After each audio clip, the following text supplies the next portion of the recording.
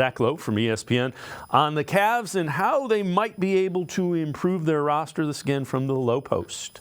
They're kind of frozen in place until they get clarity on Donovan Mitchell. They can't, like, you might want to put Evan Mobley into the trade machine or Darius Garland into the trade machine.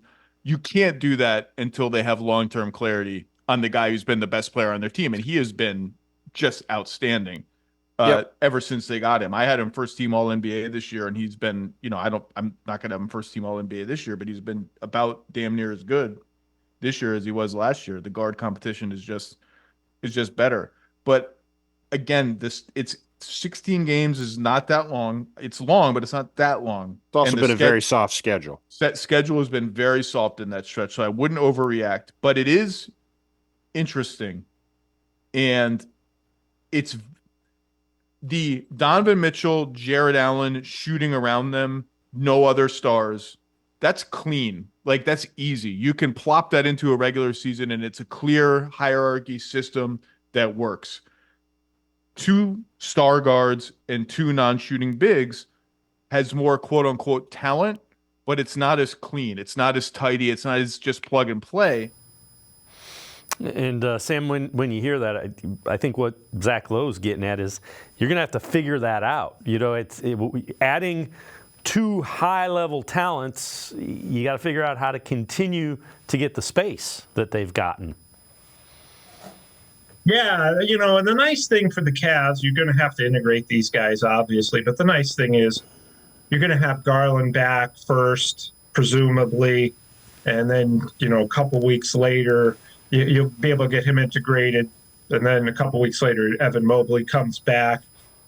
So it's not like they're both coming back at the same time, and you're going to have to stick them both back in at the same time. And even if that were the case, I don't foresee that being an issue. The Cavs are able to play very well now as is because they're playing very determined basketball. They have some talent, obviously. They're all-star level talent, Mitchell and Allen. But, you can't go wrong when you're adding guys like Garland and Mobley. It might take a little bit of an adjustment, but I don't think it's going to be an adjustment for anybody else but Garland and Mobley, because they're going to get back into game shape, try to play themselves back into game shape before the playoffs and just get acclimated to everything again. But, them coming back, trust me, is a very good thing, especially when you're talking about a team that has hopes of a deep playoff run. It's just 2 more weapons. And the Cavs, I think, got some things figured out.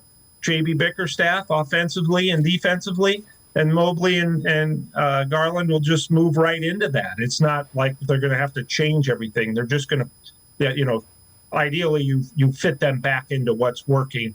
And that's really the Cavs' plan right now. There's no sense of, this may not work when they come back because it wasn't perfect before. So I think they're very excited about the return of both of those players, knowing that they've really found something that works. Yeah, it's much easier to integrate talented basketball players into a system than it is to find talented basketball players. So, yeah, right. Yeah, having 2 of your 3 best players coming back usually is not a bad thing.